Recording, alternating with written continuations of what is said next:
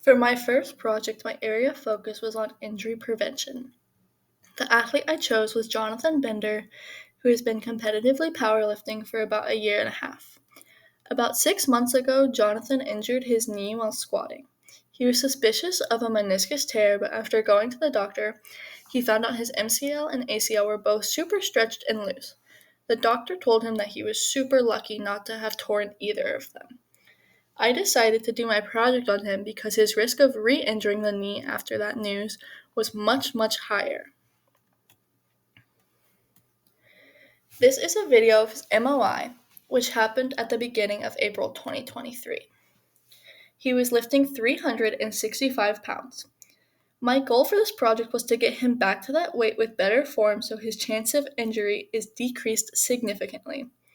The video of his MOI is what I used to initially analyze his form and figure out what went wrong to cause an injury. It was important for me to remember that Jonathan is a super tall person, so his tibias are much longer than the average, meaning the amount of depth he's hitting puts a lot of pressure on that knee joint.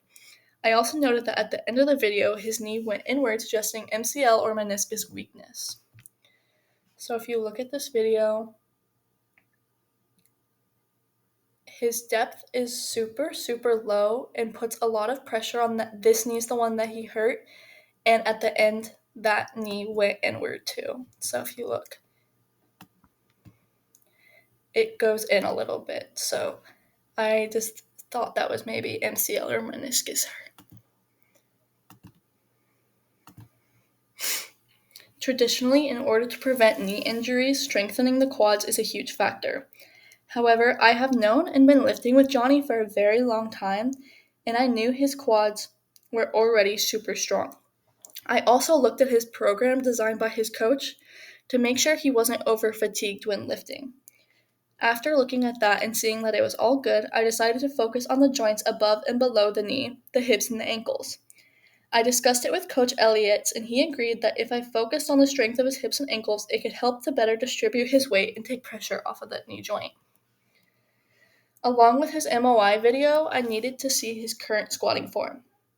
I told him to squat the way he normally would, but without any weight except for the 45-pound bar, in order to get a better view of his ROM and how his body moved throughout the entire motion. I also didn't want him lifting super heavy like he normally would before I could pinpoint where he needed help so he didn't end up re-injuring himself again before I even started my project. So in this video, you can see his weight is all the way over his toes and his knees are way farther out than they should be. And his back is curved and the weight is not sitting right on his traps.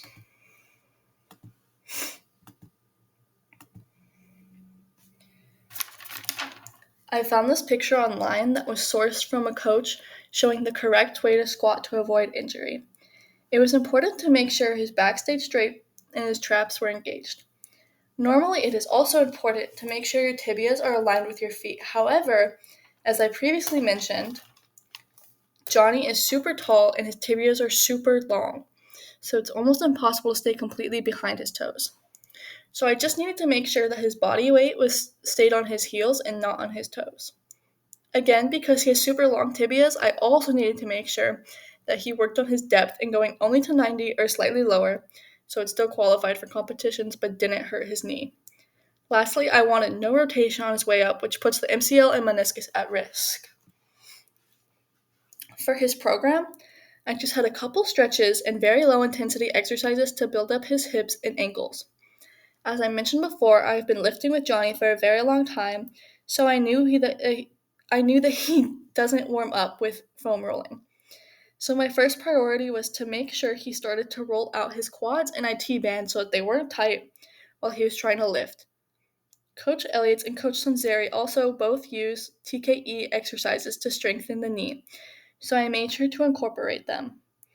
Ankle and hip car exercises were also important in order to help his ROM and stability. CAR stands for Controlled Articular Rotations. Here are some pictures of him doing TKE band exercises, ankle and hip CAR, and rolling out his quads. I had him send me videos and pictures of him doing my exercises when I couldn't be there with him to make sure that he was doing them right. So here's his ankle and hip car, these two pictures. Here's the TKE band, and here's him rolling out his quads. After a couple weeks of doing these exercises before his squat days, I needed to see how his form improved from where he started. These are recent videos of him squatting 365 pounds or more, keeping his back straight, weight on his heels, and his knees as close as aligned to his toes as possible. It's a little hard to see with his sweatpants, but when he squats, he goes just below 90. His knees are pretty in line with his toes. It's a pretty straight line from here to here, if you can see. And his traps are still engaged.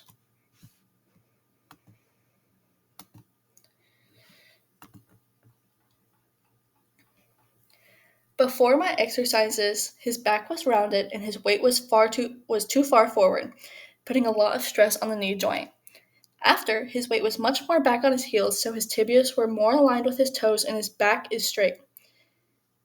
I feel this project was a success because his form improved, and if he continues to use the exercises I have given him, he will only continue to lift heavier while maintaining good form and avoid future injuries. Thank you.